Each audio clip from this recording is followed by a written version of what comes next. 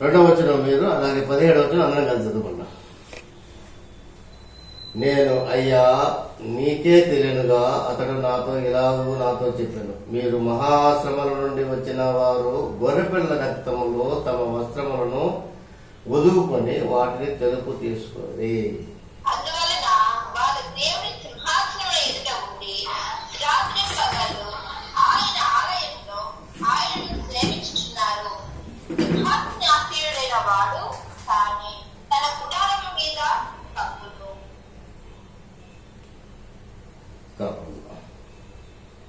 వారికి ఇక మీదట ఆకలి అయినను దాహమైనను ఉండదు, సూర్యుని ఎండైనను ఏ వడగాలైనను వారికి తగలదు.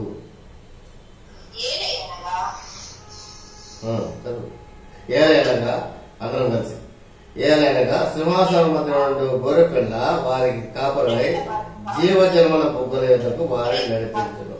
దేవుడే వారి కళ్ళ నుండి ప్రతి బాష్ప బిందును తుడిచివేయును. చిన్న ప్రార్థన చేస్తున్నాం.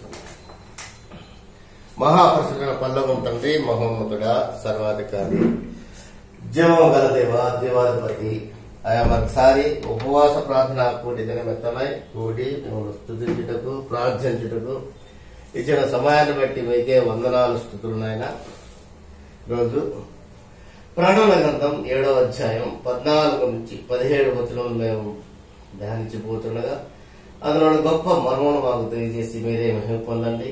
ఎందరైతే ఇంకా ఈ యొక్క మార్గంలో లేరు, యేసు అనే మార్గం తెలియకున్నారు, దేవుని మర్మమైన యేసును స్పష్టంగా తెలియకుండా ఉన్నారు, వారందరి కోసం ప్రార్థిస్తున్నాను తండ్రి.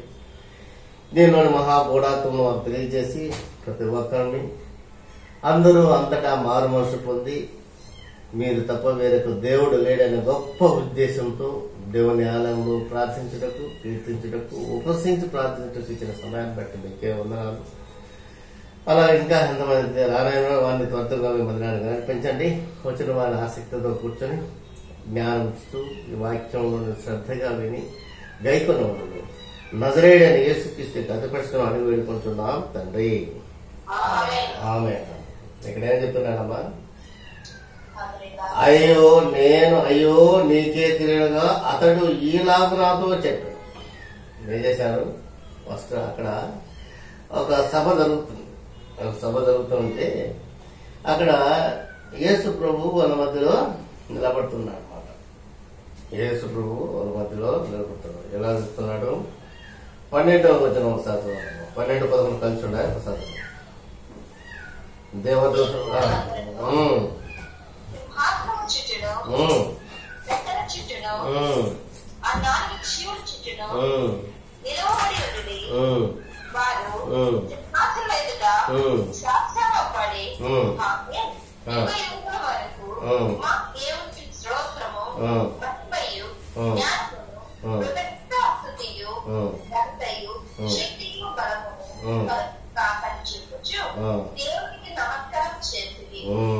ఇప్పుడు ఏం చేస్తున్నారు అక్కడ?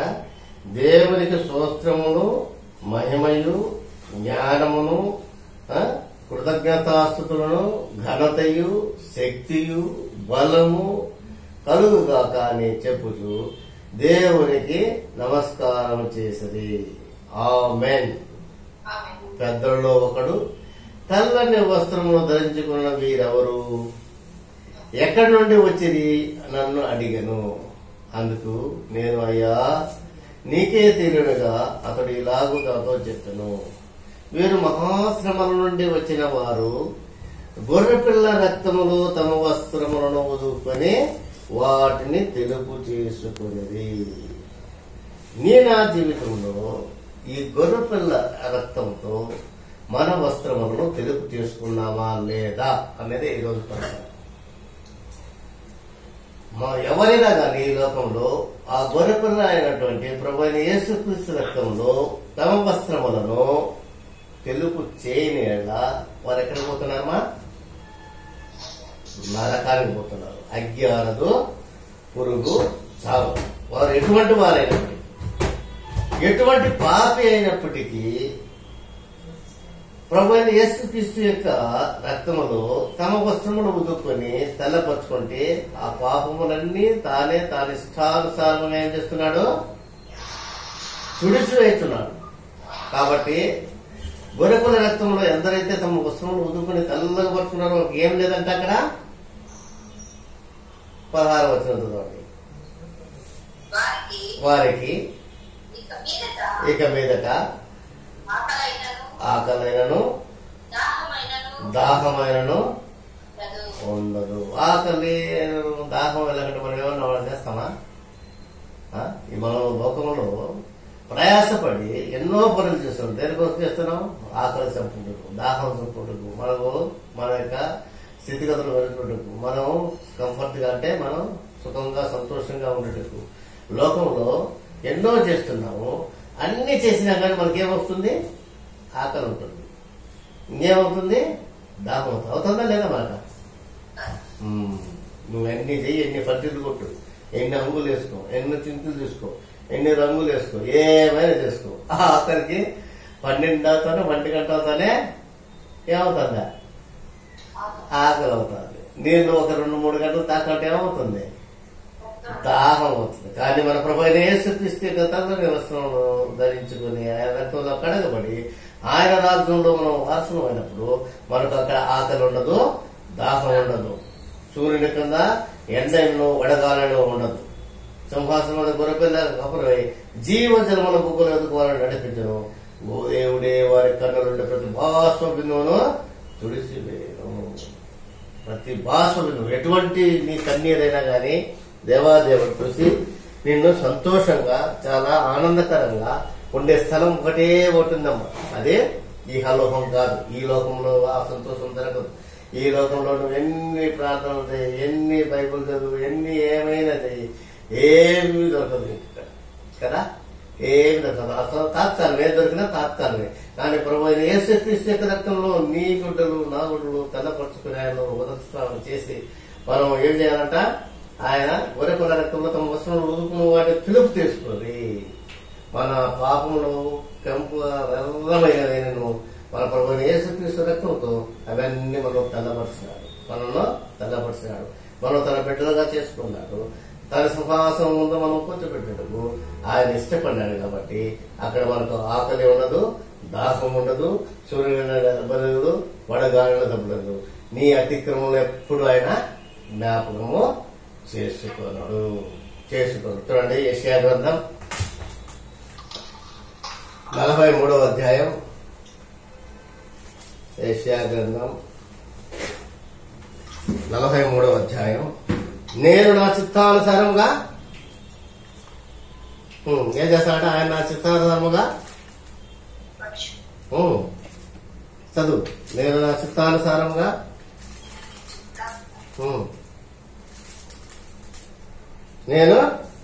నేనే నా చిత్తానుసారంగా నీ అతిక్రమములను తుడిచివేయుచున్నాను.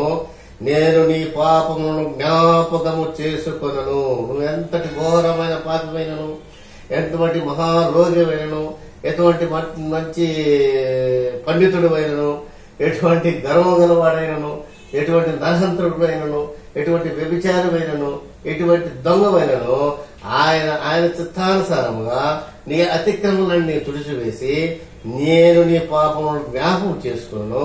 నా రక్తంతో నీ యొక్క వస్త్రములను ఉదుక్కొనవలెను. మన ప్రభువుని యేసుక్రీస్తును స్పష్టంగా నువ్వు ఆయన అంగీకరించి ఆయనే దేవుడు, ఆయన తప్ప వేరొక దేవుడు నువ్వు లేడని ఎప్పుడు నేను నిర్ధారణ చేసుకుంటావు. అప్పుడే నీకు క్రీస్తు యేసునున్న వారికి ఏ శిక్ష అనేది లేదు. కానీ మనం మన పాపాలను జ్ఞాపకం చేసుకుంటూ ఉంటాం. ఆయనే చెప్తున్నాడు కానీ పాపాలన్నీ నువ్వు ఎప్పుడైతే నన్ను నమ్మినావో అప్పుడైనా నేనేం చేస్తున్నాను? నేను జ్ఞాపకం చేసుకోను. నీ పాపాలను నేను జ్ఞాపకం చేసుకోను. నేను 25వ వచనం మాది 43వ అధ్యాయం 25వ వచనం చదువు. నేనే చదువు. 43 25వ వచనం.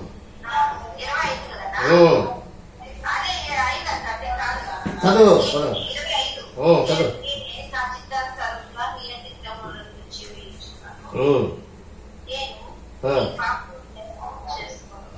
నేను నీ పాపం. ఆ ఫోన్ తీసుకుని దగ్గర పెట్టుకో, లేకపోతే నీ ఫోన్ లో చేశానా? నీ ఫోన్ లో చేయాలన్నా ఆ ఫోన్ నీ దగ్గర పెట్టుకుంటావా? దగ్గర పెట్టుకోండి. 25వ వచనమ్మా. నేనే నా చిత్తానుసారమనే అతిక్రమములను తుడిచివేయుచున్నాను. నేను నీ పాపములను జ్ఞాపకము చేసుకున్నాను. ఎందుకంటే నీవు నాకు నా సొత్తు. నేను నిన్ను విమోచించున్నాను. భయపడకము, పేరు పెట్టి నిన్ను పిలిచి ఉన్నాను. నీవు నా సొత్తు. చూసావా, దేవాదేవుడిని ఎంత గ్యారంటీ ఇస్తున్నాడు. ఏమేమి గ్యారంటీ ఇస్తున్నాడు? నీ అతిక్రమాలు ఎన్ని చేస్తున్నా కానీ అన్ని తుడిచేస్తాడంట. నెంబర్ 1. నెక్స్ట్, నీ పాపాలు ఏమి జ్ఞాపకం చేసుకోడంట. నెంబర్ 2, ఇంకేమంటున్నాడు? నిన్ను పేరు పెట్టి పిలిచినాడంట. నువ్వు ఆయన సొత్తు అంట. ఇంకెందుకు నువ్వు భయపడేది? ఆయన అంగీకరించిన తర్వాత నువ్వు భయపడిన అవసరం లేదు. నువ్వు ఎటువంటి వాడమైనా సరే, ఎటువంటి రక్షింపకుండినట్లు నా చేతులు రక్షింపకుండినట్లు నా చేతులు కురచ కాలేదు అని ఇక్కడ వాక్యం ఉంటుంది. అదే విషయాన్ని గ్రంథం 59వ వచనం.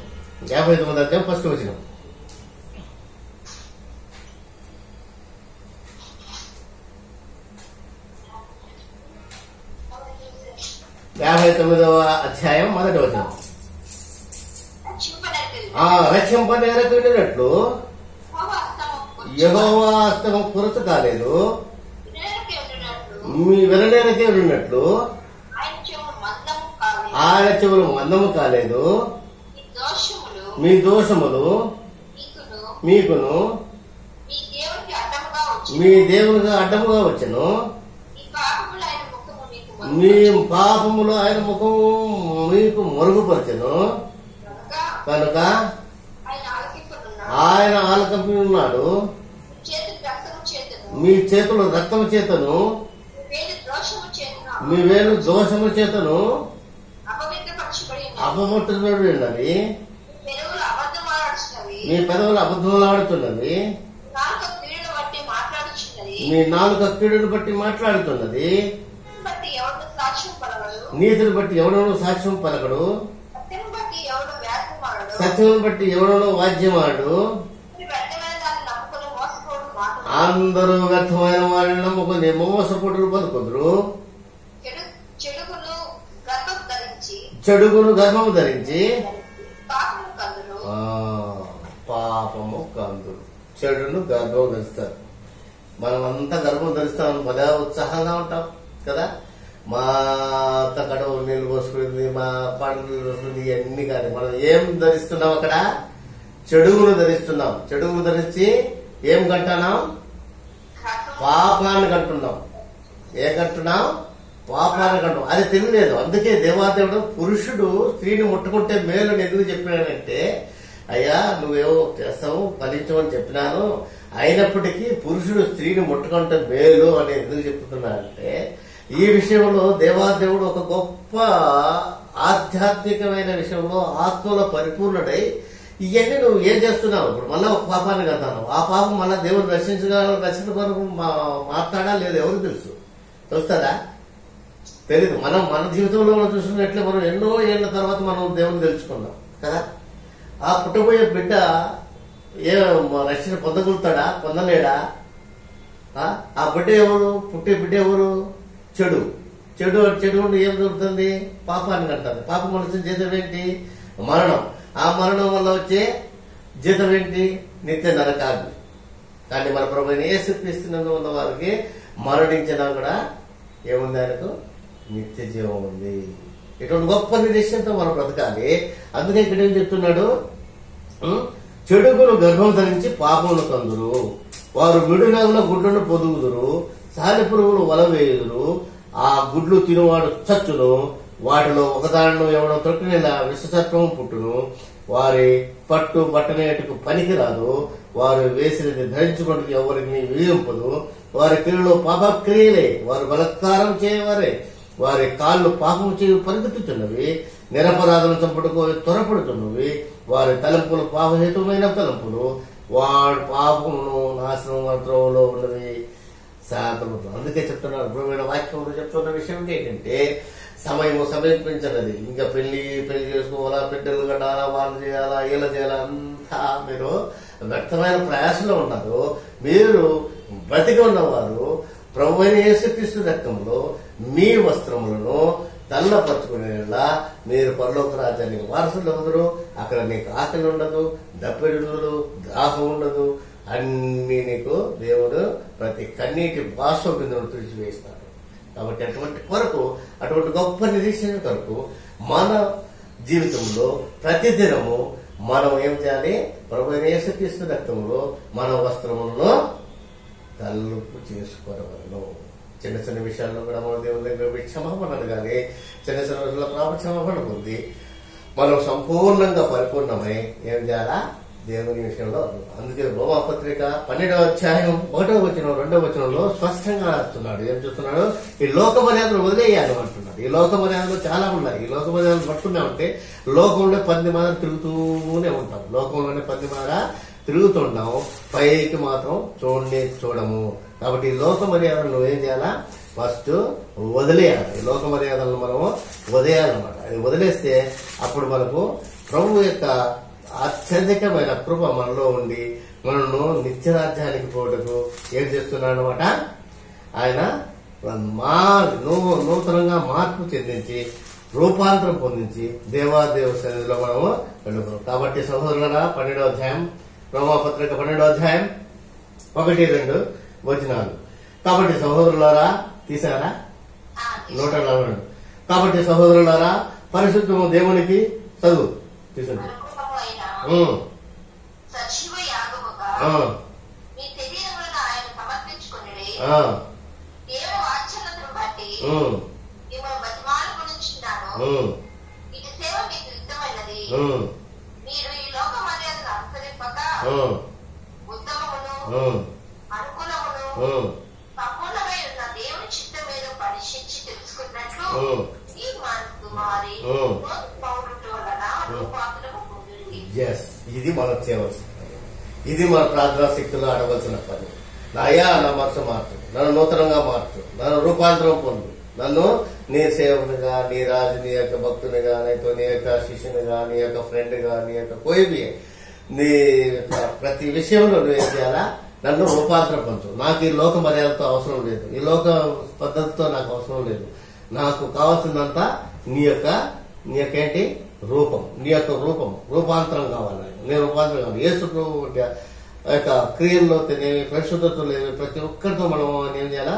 సజీవ యాగంగా మన శరీరాన్ని మనం సమర్పించుకోవాలి. ఇప్పుడు జీవితంలో ఉన్నప్పుడే మనం ఆయన సమర్పించుకుని ఆయన రాజ్యాన్ని వారసులుగా చేరుటకు మనం సమాధానంగా ఉండేదానికి ప్రతి ఒక్కరికి ఏం చేయాలి? మనము కీడుకు ప్రతి కీడు చేయకుండా మనుషులు అందరి దృష్టికి యోగ్యమైన వారిని కూర్చి ఆలోచన కలిగండి. శక్యమైతే మీ చేతనంత మటుకు సమస్త మనుషులు సమాధానముగా ఉండి.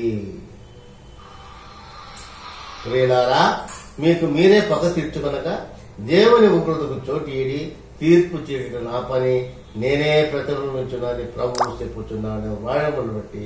కాబట్టి నీ శత్రువు ఆకలి వింటే అతనికి భోజనం పెట్టుము, దప్పికుని వింటే దాహము. అలాగ చేయట అతని తల మీద నిప్పులు కుప్పుగా పోయి కీడువల నేర్పక మేలు చేతనే జయించవలను. సో కాబట్టి సోదరులారా, పరిశుద్ధమును దేవునికి అనుకూలమైన సజీవ యాగముగా మీ శరీరమును సమస్త ఆయన సమర్పించుకోండి. దేవుని వాక్యములను బట్టి మిమ్మల్ని బతిమాలుకుంటున్నాను. ఇట్టి సేవ మీకు యుక్తమైనది. మీరు ఈ లోక మర్యాదను అనుసరింపక ఉత్తమమును అనుకూలమును సంపూర్ణమై ఉన్న దేవుని చిత్తం మీద పరీక్షించి తెలుసుకున్నట్టు మీ మనసు మారి నూతన మోడల రూపాంతము పొందుడి. మనలో మనం పరీక్షించుకుంటాం. ఈరోజు ఉపవాసాలలో మనం దేవునికి మనిషికి ఎంత దూరంలో ఉన్నాం. మన మనుషులము, ఆయన దేవుడు. ఆయన చెప్పిన వాక్యం ప్రకారం మనం మన వస్త్రాలను ఎర్రగా ఉన్న మన వస్త్రాలను తెలుపు రంగులో మార్చుకున్నాయో ఆయన రక్తంలో మనం ఉతుక్కున్నామా, లేదా ఇంకా ఏమైనా కొరతలు ఉన్నాయా? అటువంటి కొరతలు మనం ఈ రోజు గ్రహించి ఈ యొక్క ఉపవాసంలో ఎత్తి, అయ్యా నాది తప్పు ఉంది, నా తప్పు నుంచి నన్ను విడిపించు, ఈ బలహీనత నాలో ఉంది, ఈ బలహీనత నుండి నన్ను విడిపించు, నన్ను సంపూర్ణంగా రూపాంతరం పొందించాయా. నేను నీ రాజ్యానికి వారసుడుగా ఉంటూ ప్రతి విషయంలో నిన్ను అనుసరించుటకు, నీ వాక్యాన్ని నీ చిత్తంలో వైకొన్నటకు నాకు సరిగా శక్తిని, జ్ఞానము దయచేయమని నజరేయుడైన యేసుక్రీస్తు యొక్క సురక్షితంలో అడిగి పెట్టుకుంటాం. ఈరోజు మనం ప్రార్థన చేస్తాం. అలాగే ప్రార్థించినప్పుడు మనం ప్రతి ఒక్క విషయంలో మన బలహీనతను ఎత్తి మన మనసులోనైతేనే, మన హృదయంలోనే, తలంపులతోనేమి, చూపులతోనైతేనే, మన కార్యక్రమంతో, మాటలతోనైతేనే, మన శాస్త్రంతో, ప్రతి ఒక్క విషయంలో మనం దేవుడి దగ్గర వచ్చి మొరపెట్టి అటువంటి బలహీనతను విడుదల దయచేయమని ఈరోజు మనం ప్రార్థిస్తున్నాం. చిన్న ప్రార్థన చేస్తాం. మహాపరిశుద్ధ పల్లవులు తండ్రి, మహోన్నతుడ, సర్వాధికారి, జీవం గల దేవ, అవును ప్రభా, నీ ఎదుగా ఉండదు, అక్కడ దాహం ఉండదు, ఆకలి ఉండదు, దప్పిక ఉండదు, ప్రతి కన్నీటి బాష్పంలో తుడిచివేయగల శక్తివంతుడు దేవుడయ్యా. నీవు మీ రక్తంలో నమ్ముకొని మిమ్మల్ని ప్రోత్సహించి మీ విశ్వాసం ఇచ్చి రక్షణ పొందినాము. ఆ రక్షణ భాగ్యంలో మనం ఆఖరి వరకు కొనసాగించటకు ఈ లోక మర్యాదలను విడిచిపెట్టి ప్రతి విషయంలో మేము మీకు తోడుగా ఉండి అలాగే మిమ్మల్ని ఘనపరుస్తూ, మహిమపరుస్తూ, మిమ్మల్ని స్తుతిస్తూ జీవించటకు తగిన శక్తిని, జ్ఞానము దయచేయమని నజరేయుడైన యేసుక్రీస్తు యొక్క అతి పరిశుద్ధ వాడి వేడుకుంటున్నాం తండ్రి. ఆమేన్. ప్రార్థన చేయండి. దయ